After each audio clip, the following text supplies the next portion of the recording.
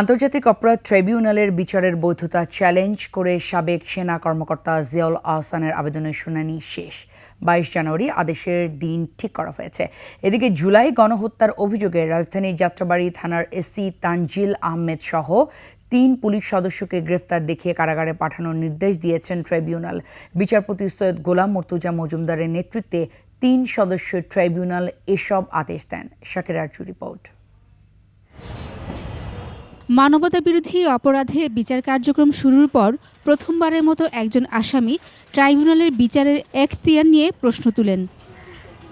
গুম, খুন, অপহরণ সহ একাধিক অভিযোগে কারাগারে থাকা সাবেক সেনা কর্মকর্তা জিয়াউল আহসান এই প্রশ্ন তুলে করা আবেদনে শুধু নিজে খালাসি চাননি, বিচারিক প্রক্রিয়া অবৈধ বলেও উল্লেখ করেন।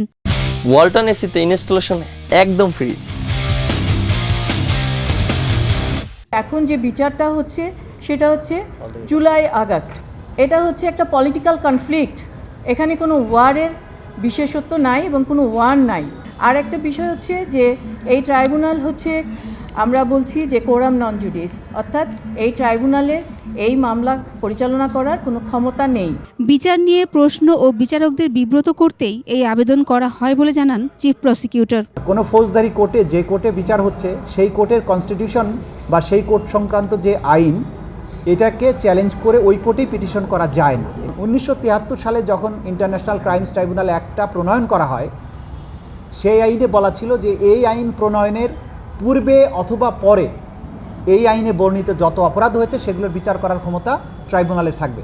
সুতরাং এই ট্রাইব্যুনালের শুরু থেকেই রেট্রোঅ্যাক্টিভ যে ক্ষমতা বা ইফেক্ট সেটা দেয়া ছিল। যে যুক্তিগুলো ওনারা তুলে ধরেছেন এগুলো অসার, এগুলো মূল্যহীন।